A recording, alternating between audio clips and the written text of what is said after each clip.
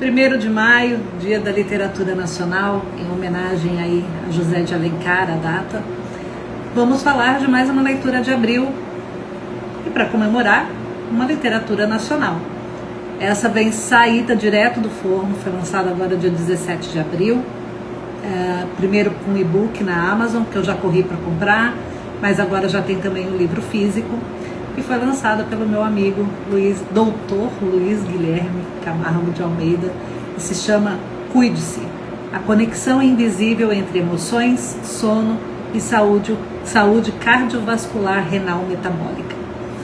Título grande, né? Dá medo. Será que eu vou querer ler esse livro? Vai querer ler sim.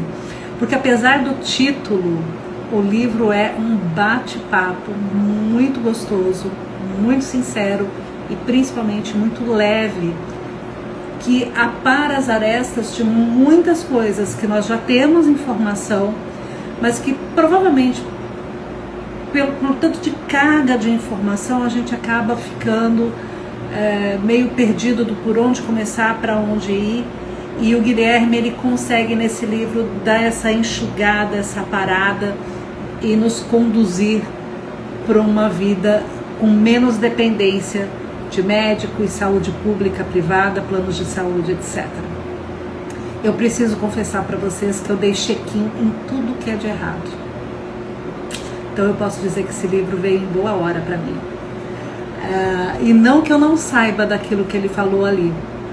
Eu sei, já vivi a parte boa, sei que funciona, mas aquele negócio, a vida, o dia a dia parece que vai gritando mais alto e a gente vai meio que abafando as vozes do nosso próprio corpo, abafando o que eles estão gritando, o que nosso corpo está pedindo, o que a nossa saúde está pedindo, em prol de uma performance que nem sempre é aquilo que você escolheu ou que é necessário, né? E o Guilherme vem mostrando nesse livro com uma linguagem muito fácil, muito simpática,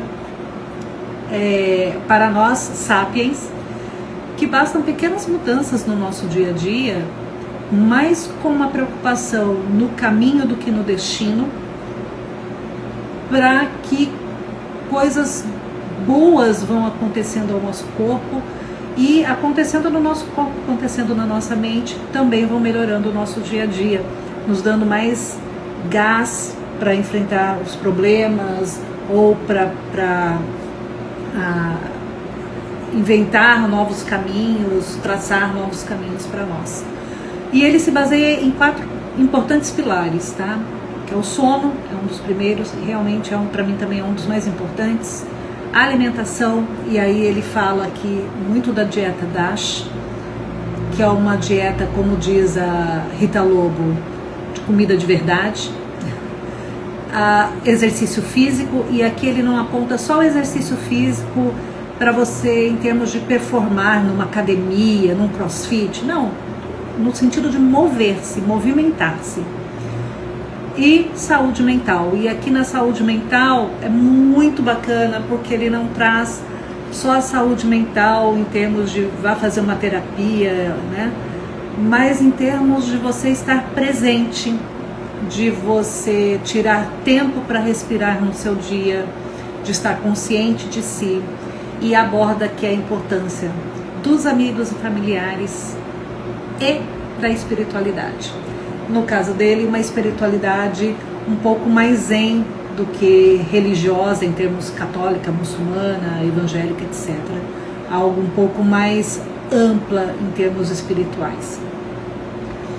O livro traz alguns apontamentos médicos, né, de conhecimento dele. Ele tem mais de 25 anos de experiência, ele é um nefrologista, mas também um leitor voraz de várias outras áreas.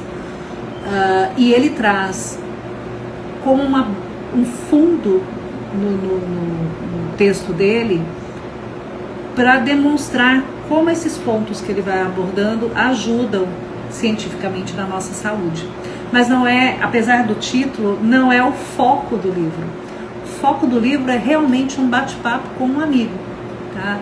O Guilherme, ele traz experiências dele, de mudanças que ele mesmo fez na vida dele, de amigos dele, da troca de informação entre esses amigos que também são da área, e vai te dando quase que um abraço ali, sabe? Do tipo, não é um julgamento, é um convite.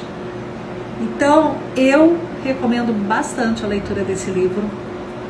O Guilherme, quando me falou dele, disse que falou para mim que talvez não fosse muito meu tipo de leitura, notei uma certa timidez, mas quem sabe tal. Eu notei que ele estava nervoso para saber se eu ia ler o livro, mas agora eu posso confessar, meu amigo, que eu estava nervosa em ler o livro, porque eu falei assim, é uma pessoa que eu admiro tanto, e se eu não gostar?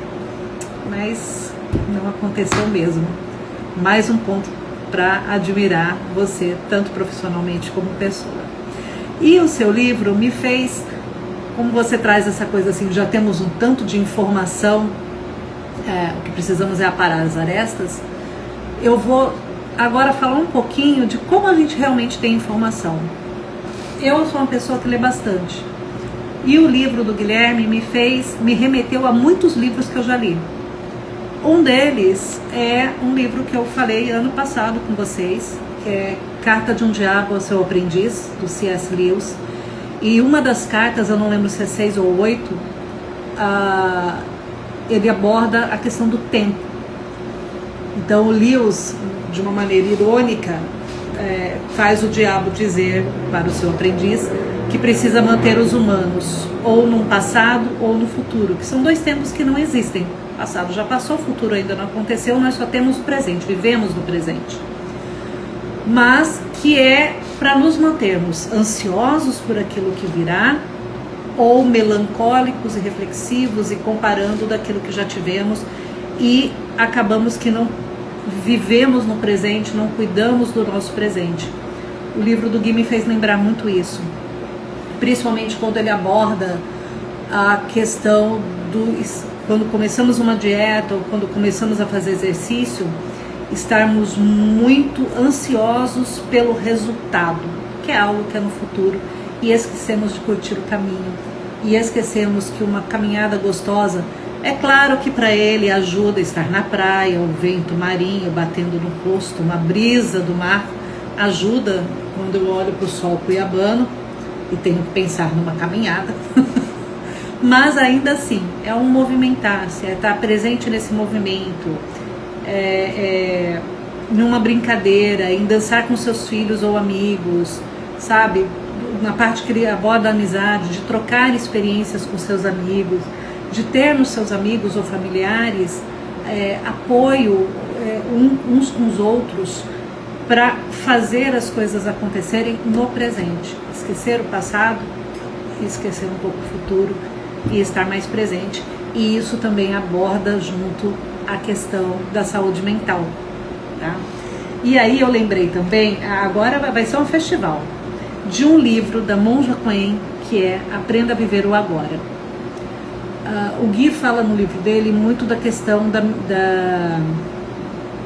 oh meu Deus, escapou a palavra, de fazer uma mentalização, não. Eu tenho certeza que vocês já entenderam o que eu quero falar. Quem é Buda faz...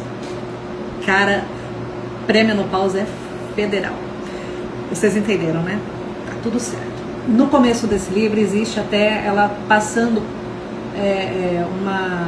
uma maneira de vocês fazerem isso. Meditação. Ah, sabe? Tem até isso. Mas o livro também aborda outros assuntos, e principalmente como você fazer para estar presente naqueles momentos.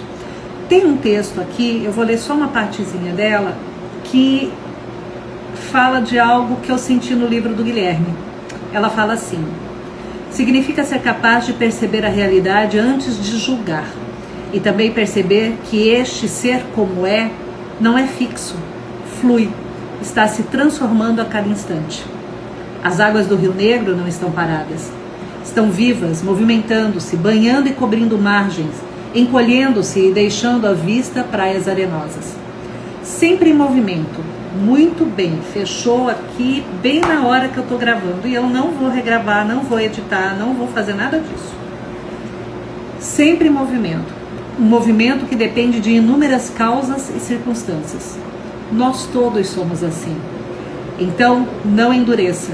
Não diga que você é assim e que não pode ser diferente do que é. Sim, primeiro observe como é. Então, veja como gostaria de ser e mãos à obra. Você é sua obra. Construa, reconstrua, reforme, pinte, feche buracos e abra portas e janelas. Ventile-se. Sorria para a sua vida e perceba que todos sorriem para você de volta.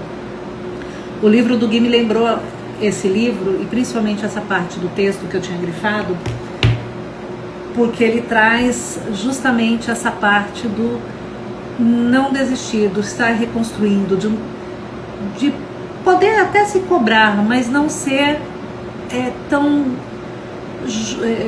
judicioso consigo mesmo, sabe?